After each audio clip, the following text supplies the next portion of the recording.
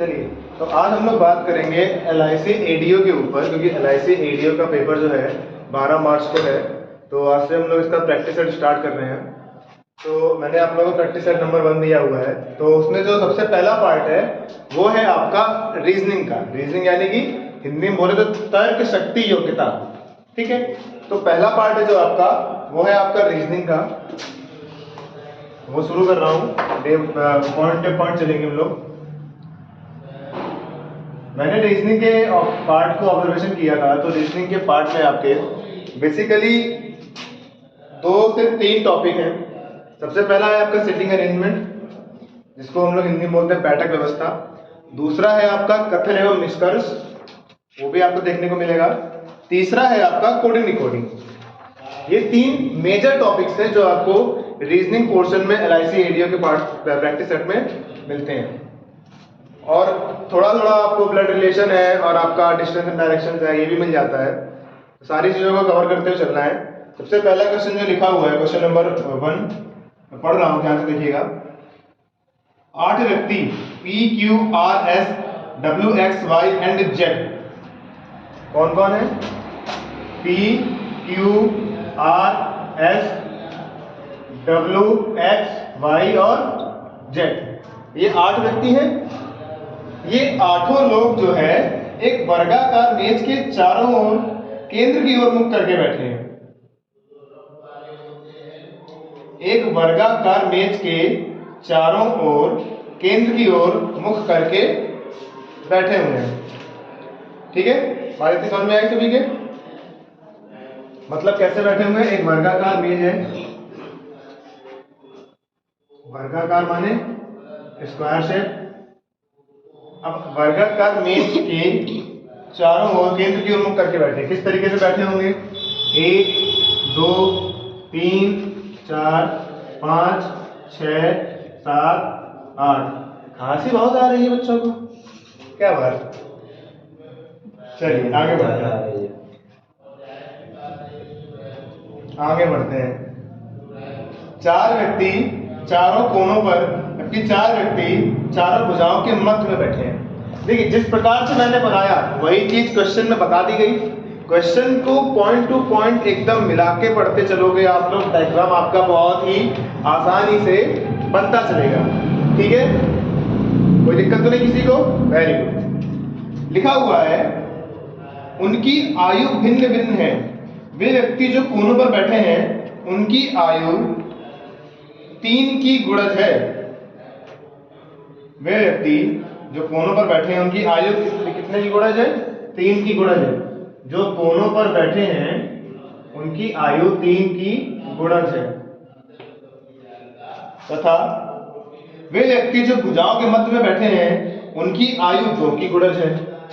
जो भुजा में बैठे हैं उनकी आयु कितने की गुणज है? 2 की गुणज है। ठीक, चलो। वे व्यक्ति जो भुजाओं के मध्य बैठे हैं उनकी आयु 2 की गुणज नोट कर लिया। अब आगे लिखा है P उस व्यक्ति के दाएं दूसरे स्थान पर बैठा है जिसकी आयु 44 वर्ष है। अब भाई 44 दिया गया है, तो 44 तो आप जानते हो भाई कि किसी भी तरीके से 3 का गुणज तो हो नहीं सकता। जो आपका 44 बोला जा रहा है क्वेश्चन में वो 3 का गुणज तो है नहीं, तो किसका गुणज है? 2 का गुणज है। और 2 आपके कहां बैठे हैं? मध्य में बैठे हैं। तो बोला क्या गया? P उस व्यक्ति के दाएं दूसरे स्थान पर बैठा है जिसकी आयु 44 वर्ष है। तो यदि मान लीजिए हम यहाँ वाले की आयु 44 वर्ष मान लें, केंद्र की ओर मुख है, तो निकटतम दाएं बैठा है दूसरे स्थान पे, ये आ गया P। कोई दिक्कत? चलिए भाई, अब बोला जा रहा है P उस व्यक्ति का निकटतम पड़ोसी है जिसकी आयु 39 वर्ष है। अब 39 वर्ष या तो इस तरफ होगी 39 या तो इधर होगी 39। अभी तो ये हमारा कंफ्यूजन वाला पार्ट है, बट आगे क्लियर होता चला जाएगा। ठीक है, चलिए आगे लिखा हुआ है Q तथा 39 वर्ष की व्यक्ति के मध्य केवल 2 व्यक्ति बैठे हैं। Q तथा 39 वर्ष की आयु वाले व्यक्तियों के मध्य केवल 2 व्यक्ति बैठे हैं। तो भाई देखो, अगर 39 वर्ष वाला इधर मानते हैं तब भी देखा जाए तो 2 व्यक्ति नहीं आएंगे, मध्य में Q यहाँ पे होगा। इधर से देखिए 39 वाले के मध्य में 2 व्यक्ति, तब भी Q इधर पे ही होगा। तो Q हमारा सेट हो गया। चलिए आगे बढ़ते हैं। फिर लिखा हुआ है Q की आयु 44 वर्ष नहीं है, W Q के बाएं दूसरे स्थान पर बैठा है। W Q के बाएं दूसरे स्थान पर बैठा है, तो W यहां पे हो गया। ठीक, फिर बोला जा रहा है S 15 वर्ष की आयु वाले व्यक्ति के तुरंत दाएं बैठा है। भाई देखो, ये तो सेट हो गए। 15 वर्ष की बात हो रही है, या तो इधर होगा,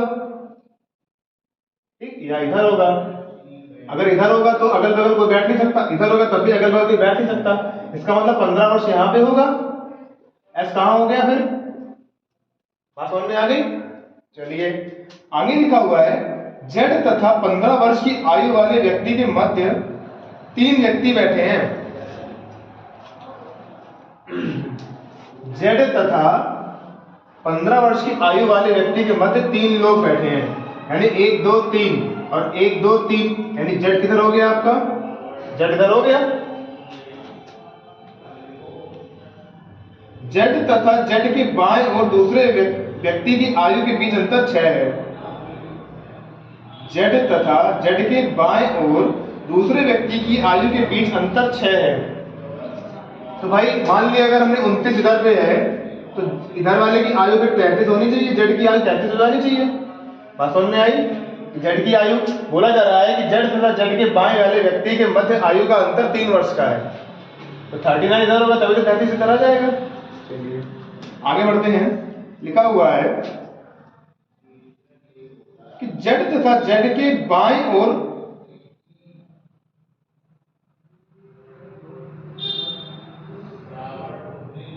Z तथा Z के बाएं और दूसरे व्यक्ति की आयु के बीच अंतर 6 हो गए। 6 तो हो ही गया यहाँ पे, क्लियर। आगे बोला जा रहा है S Z से बड़ा है।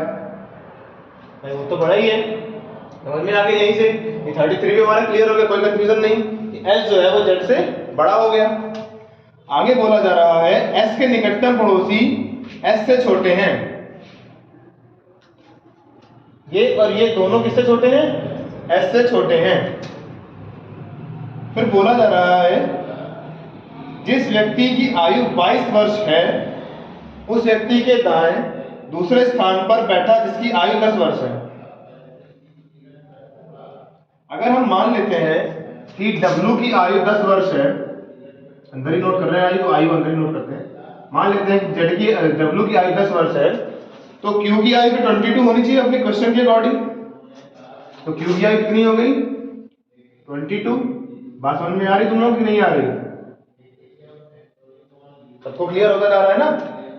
चलिए आगे बढ़ते हैं। लिखा हुआ है P की आयु 10 वर्ष नहीं है। चलो भाई P की आयु 10 वर्ष नहीं, तो हमने W की मान ली और ऐसी हो नहीं सकती थी, तो S की 44 दी गई थी। Y 22 वर्ष वाले व्यक्ति के तुरंत बाएं बैठा है। देखो भाई Y का स्थान भी फिक्स हो गया, Y यहाँ पे बैठा हुआ है, 22 वाले के तुरंत बाएं बैठा है। अब यहाँ के लिए कौन बचा? R की X, R X दोनों बचे हैं अभी। तो चलो देखते हैं, आगे बढ़ते हैं क्या लिखा हुआ है। Y की आयु 51 वर्ष है। Y की आयु 51 वर्ष है। R की आयु 20 वर्ष से अधिक है। R की आयु 20 वर्ष से अधिक है। R की आयु X की आयु से 24 वर्ष अधिक है। चलिए देखते हैं। क्वेश्चन में बोला गया R की आयु X की आयु से कितने वर्ष अधिक है? 24 वर्ष अधिक है। तो हमारे पास 15 और 39 यही 2 वर्ष बचे हैं। इन दोनों के बीच का अंतर देखें तो 24 ही आ रहा है। तो यानी कि X यहां पर होगा और R यहां पे होगा। बात क्लियर हुई? हाँ या ना? X की आयु P की आयु से 3 वर्ष अधिक है। X की आयु P की आयु से 3 वर्ष अधिक है, यानी कि इसमें 3 वर्ष कम कर दे तो P की आयु पता चल जाएगी। तो हमने 15 में 3 कम किया तो P की आयु क्या आ गई आपकी? 12। चलिए भाई अगला क्वेश्चन, अब अगला पार्ट पढ़ते हैं आगे। अच्छा ठीक है, अब इसमें आगे आपको 5 क्वेश्चन दिए गए हैं। वो 5 क्वेश्चन हैं जो कि आपके इस डायग्राम के ऊपर सेटिस्फाई होंगे। पहला क्वेश्चन लिखा हुआ है, निम्न में से किसकी आयु 9 वर्ष है? भाई किसी की आयु 9 वर्ष तो है नहीं, आंसर इसका 5 नंबर हो जाएगा, कोई नहीं। दूसरा लिखा हुआ है, 50 वर्ष की आयु वाले व्यक्ति के तुरंत बाएं बैठे व्यक्ति के दाएं दूसरे स्थान पर कौन बैठा है? 51 वाला अपना भाई है। दोबारा पढ़ता हूं, इससे क्लियर होगा। लिखा हुआ है 51 वर्ष की आयु वाले व्यक्ति के तुरंत बाएं, अगर तुरंत बाएं की बात करें तो बायां तो W पे आ जाएगा। तुरंत बाएं बैठे व्यक्ति के दाएं दूसरे स्थान पर कौन बैठा है? तो दाएं दूसरे स्थान पर कौन बैठा है आपका? Q। बोला गया बाएं, तुरंत बाएं के बैठे दूसरे दाएं व्यक्ति का नाम क्या है? तो Q है उसका नाम। ठीक, चलिए भाई। तीसरा नंबर, 15 वर्ष की आयु वाले व्यक्ति तथा 12 वर्ष की आयु वाले व्यक्ति के मध्य कितने व्यक्ति बैठे हैं? जब 15 वर्ष की आयु वाले व्यक्ति से वामावर्त दिशा में गिनती की जाती है,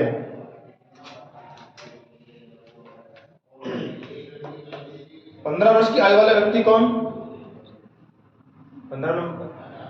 और फिर बोला गया है कि 12 वर्ष की आयु वाले व्यक्ति के मध्य कितने व्यक्ति बैठे हैं जब गिनती 15 वर्ष की आयु वाले व्यक्ति से वामावर्त की जाती है। वामावर्त का मतलब एंटी क्लॉकवाइज। वामावर्त का शुद्ध इंग्लिश वर्जन है एंटी क्लॉकवाइज। तो भाई जब 15 से एंटी क्लॉकवाइज आप चलोगे पी की तरफ, तो देखो भाई इस प्रकार से आओगे, ऐसे रोटेशन होगा आपका। तो एक तो आपका ये स्टॉप पड़ेगा, दूसरा ये स्टॉप पड़ेगा, तो 12 पे आ जाओगे। तो नंबर ऑफ पीपल्स कितने हो गए आपके टोटल? 2।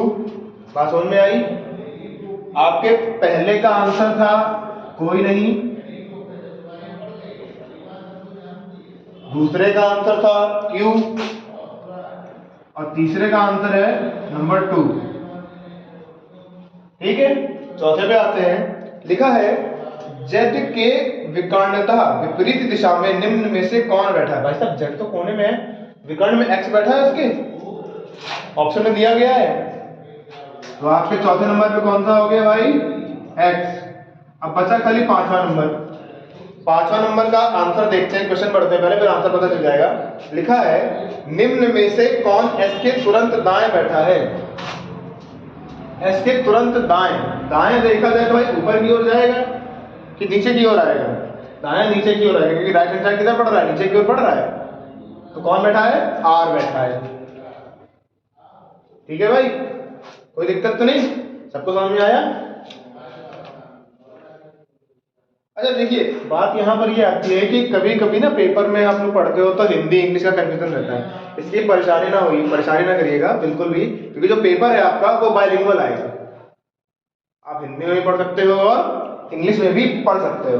दोनों टॉपिक आपको मिलेंगे, जिसमें जो आपको सुटेबल लगे, जो पढ़ अच्छा लगे उसमें पढ़िए, उसमें आंसर दीजिए।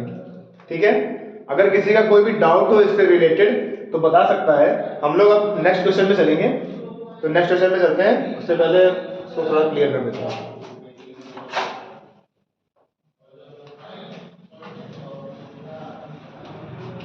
चलिए, अगला क्वेश्चन लिखा हुआ है, मैंने बताया था कोडिंग डिकोडिंग का है। तो देखिए भाई क्वेश्चन नंबर 19 पे आते हैं हम लोग सीधे, क्योंकि बीच में आपका वही कटन स्कर्ट और फिर से आपके सीटिंग अरेंजमेंट का ही है। तो ये सब आपके लिए होमवर्क है, आप लोग घर से करिएगा। तो क्वेश्चन नंबर 19 पे आते हैं। क्या लिखा हुआ है? हर आइडिया हैज मेरिट। मैं यहां लिख रहा हूं साइड में, हर आइडिया हैज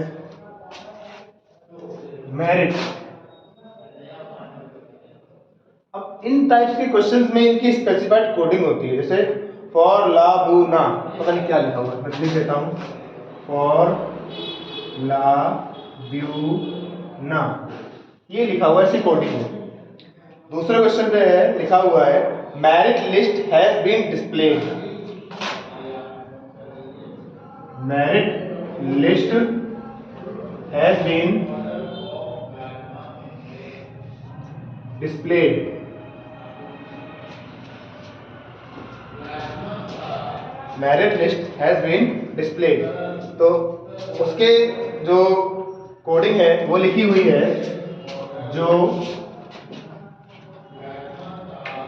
जो के ला सी ना, वाह, जो के ला सी ना, कितनी मजेदार कोडिंग है ना। तीसरी दी गई है हर नेम डिस्प्लेड देयर, तीसरी दी गई है हर नेम डिस्प्लेड देयर। इसकी कोडिंग लिखी हुई है या सी व्यू जो, या सी व्यू जो। लास्ट है नेम इन मेरिट लिस्ट,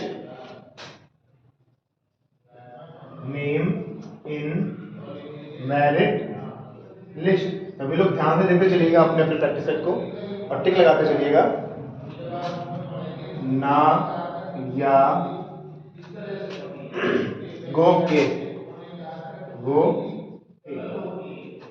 ये आपकी पूरी कोडिंग दी गई है, बड़ी लंबी सी अच्छी सी कोडिंग दी गई है। तो हम लोग इसको करेंगे बड़े ही ध्यानपूर्वक। मैंने ये नोट इसलिए किया है, कई बार क्या होता है ना, आप लोग खुद ही कंफ्यूज रहते हो पेपर टाइम में कि कैसे करना है। कंफ्यूज नहीं होना है, बिल्कुल शांति के संग पेपर देना है और इसको नोट कर लेना है। पहले नोट करने से आपके दो चीजें क्लियर हो जाती हैं। सबसे पहला बात कि क्वेश्चन कैसे क्या दिया गया है वो समझ में आ जाता है, किसकी कोडिंग क्या वर्ड की है वो आपके ऐसे पॉइंट टू पॉइंट आप नीचे नोट करते चलोगे तो क्लियर होगी। मैंने सबको नीचे नोट करके रखा हुआ है एग्जैक्ट, तो क्लियर हो रहा है कि कैसे क्या कोडिंग सेट हो रही है। अब जब हम लोग क्वेश्चंस पढ़ेंगे तो within a second we find answer. उससे पहले चलिए थोड़ा वर्क कर लेते हैं। अगर हम मेरिट को देखें तो मेरिट आपका किस किस में दिया गया है? आपका मेरिट इसमें, इसमें और इसमें, इन तीन में ही मेरिट है। इस बारे में तो मेरिट है नहीं। अब देखते हैं इन तीनों में कॉमन वर्ड्स कौन सा है। तो देखो भाई दो वर्ड है, एक तो एल ए और एन ए, इसमें भी है एल ए और एन ए, इसमें एन ए, खाली एन ए, एल ए तो एन ए। इसका मतलब आपकी मेरिट की कौन सी लिस्ट हो गई, मेरिट की कौन सी कोडिंग हो गई आपकी? N A. मेरिट की कोडिंग क्या हो गई? N A. चाहो तो साइड में नोट कर लो, मेरिट की कोडिंग क्या हो गई आपकी? N A. क्लियर? अच्छा भाई, अब दूसरा देखिए हम लोग का एल ए बच रहा था, तो एल ए इसमें है, एल ए इसमें है, और दोनों में से किसी में एल ए तो है नहीं, हैज इसमें है, हैज इसमें है। इसका मतलब हैज की कोडिंग क्या हो गई आपकी? L A. तो हैज की कोडिंग क्या हो गई आपकी? L A. आइडिया, आइडिया तो है नहीं किसी में और, बट बी यू है, तो बी यू इसमें भी है, बी यू इसमें भी है, हर है और हर है, तो हर की कोडिंग आपकी क्या हो गई? B you. नोट कर लो भाई, हर की कोडिंग आपकी क्या हो गई? B U. तो आइडिया की क्लियर समझ में आ रही है क्या होगा? आइडिया माने फॉर, साइड नोट कर लो, आइडिया मीन्स आपका हो गया फॉर। आगे देखते हैं, अब यहाँ पे तीन बच रहे हैं, लिस्ट बीन डिस्प्लेड। तो लिस्ट इसमें है, लिस्ट इसमें है, जो के सी वाई गो के, लिस्ट का क्या हो गया आपका? के। लिस्ट की कोडिंग क्या हो गई आपकी? के।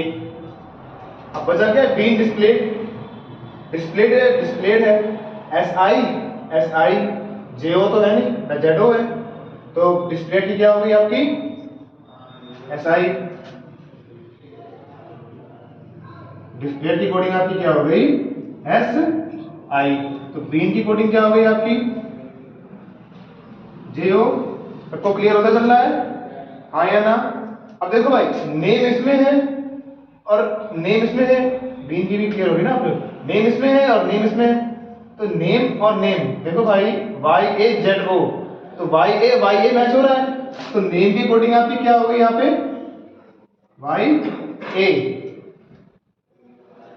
नेम पे कोडिंग नहीं वाई ए की। अब इनका किससे रिलेशन हो गया? गो से। इनका किससे रिलेशन हो गया आपका? गो से। और देयर का रिलेशन किससे हो गया आपका? जेडो से। ये सबको क्लियर हो गया ना किस तरीके से कोडिंग डिफाइन करते हैं इसमें? कई बार गलती यही करते हैं बच्चे पेपर टाइम में कि उनको ये कोडिंग ही नहीं समझ में आती कि इसका क्या मीन निकल रहा है। वो समझ लेते हैं कि जो वर्ड, जैसे मान लीजिए यहाँ पर हर के नीचे फॉर लिखा हुआ था, तो वो समझ लेते हैं कि हर की कोडिंग फॉर दी गई है, वैट की कोडिंग ना दी गई है। ऐसा नहीं होता है, ये चीज नहीं होती, ये गलत होता है तरीका। आपको कॉमन मेथड ढूंढना है कि कौन से वर्ड्स कॉमन मिल रहे हैं पूरी कोडिंग में, जिससे कि आप साइड में उनको कोडिंग में नोट कर सको। अब देखिएगा, अब हमारे इसमें आपको टोटल 5 क्वेश्चन दिए गए हैं और इन 5 क्वेश्चंस को इस पूरे 5 मिनट के काम के बाद 5 सेकंड नहीं लगेंगे। चलिए, पहला लिखा हुआ है के क्या दर्शाता है। के क्या दर्शाता है?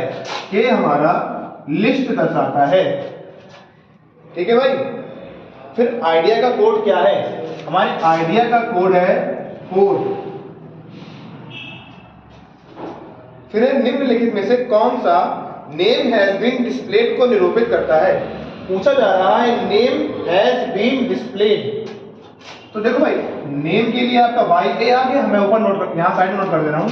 नेम के लिए आपका वाई ए आ गया, हैज के लिए आपका एल ए आ गया, डिस्प्लेड के लिए आपका name has been, sorry been का आपका जेओ हो गया और डिस्प्लेड की आपकी एसआई हो गई। तो आपका तीसरे नंबर का आंसर क्या हो गया? Y L A J O S I. ये आपका तीसरे नंबर का ऑप्शन आंसर हो गया, ठीक है। चलिए चौथा नंबर पढ़ते हैं। लिखा है जो क्या दर्शाता है? देखो भाई, जो है आपका वो देयर दर्शाता है। जो क्या दर्शा रहा है? देयर। अगला दिया गया, आखिरी दिया गया, हर नेम इज देयर। देखना भैया, हर नेम इज देयर। अब इसको करने के लिए आपको पूरे के पूरे ऑप्शंस को चेक करना पड़ेगा। क्यों? क्योंकि इसकी कोडिंग आपको यहाँ पे कहीं भी नहीं मिली है, ठीक है। अब मैं ये साइड रफ करके यहाँ पे इसके ऑप्शंस नोट कर रहा हूँ, क्योंकि ये हमारी कोडिंग नोट है। ये साइड क्लियर करके मैं यहाँ पे ऑप्शन नोट कर रहा हूँ, जिससे कि आप लोगों को चीजें समझ में आ जाएंगी। चलिए,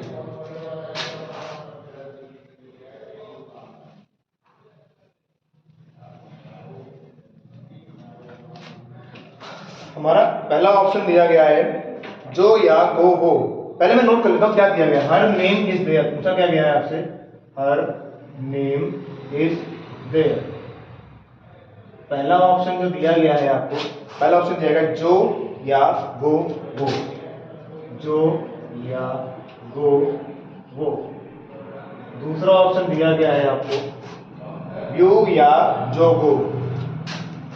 व्यू या जो गो। तीसरा ऑप्शन आपको दिया गया है यहाँ पे जो या व्यू के। जो या व्यू के। चौथा नंबर पे आपको दिया गया है या जो वो व्यू। या जो वो व्यू। पांचवें नंबर पे आपको ऑप्शन दिया गया है वो गो जो या। वो गो जो या। ये लिखा हुआ है, सबको दिख रहा है ना क्लियरली? किसी को दिक्कत तो नहीं हो रही? चलिए भाई, अब हम लोग अपनी कोडिंग मैच कराते हैं। जरा मुझे बताओ बच्चों, हर की कोडिंग क्या थी? B you. मैंने नोट कर दिया बी यू। हर की कोडिंग यही से यार भाई, बी यू। ये देखो ना, क्लियर लिखा हुआ है। अब क्या लगता है कि मुझे बाकी कोई ऑप्शन मैच कराने की जरूरत है?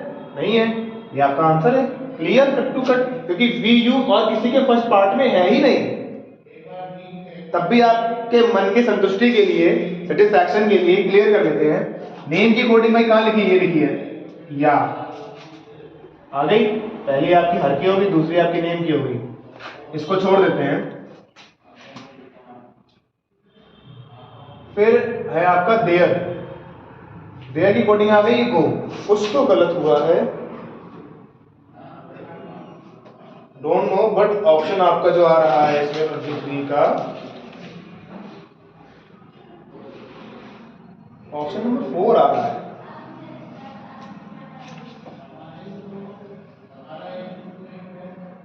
ओ आई सी, ठीक है। यहां पे क्या करा गया है? यहां पर ये आपका आंसर नहीं है। यहां पर जो करा गया है क्लियरली, वो इसके वर्ड टू वर्ड मैच कराए गए हैं। जैसे कि हर की कोडिंग आपकी क्या है, बी यू, नोट कर लो भाई। नेम की कोडिंग आपकी क्या है, वाई ए, नोट कर लो भाई। जेड की कोडिंग है जे ओ। अब जरा मैच कराते हैं, तो ये 3 है किसमें, इसमें नहीं है, ये नहीं होगा। इसमें है भाई, ये तीनों है, गो है यहाँ पे। हाँ भाई, गो की तो इन थी ना, तो गो हो नहीं सकता, ये भी नहीं होगा। तीसरे पे देखिए भाई, B you Y A J ओ है, के ई, के ई की कोडिंग थी कहाँ थी, लिस्ट, तो के ई भी नहीं होगा। इसको देखते हैं भाई, Y O Z O W O B U. W O की कोई कोडिंग तो है नहीं इसमें, ये हमारा हो सकता है। इसमें है, इसमें बी यू नहीं है, ये नहीं होगा। हमारा आंसर क्या हो जाएगा, राइट वाला फोर्थ पार्ट हो जाएगा। ये मेरी थोड़ा सा मिस्टेक थी क्वेश्चन समझने की, लेकिन इस तरीके से करेंगे इसको। ठीक है, सबको समझ में आ गया, कोई दिक्कत तो नहीं, नोट कर लीजिए इसको।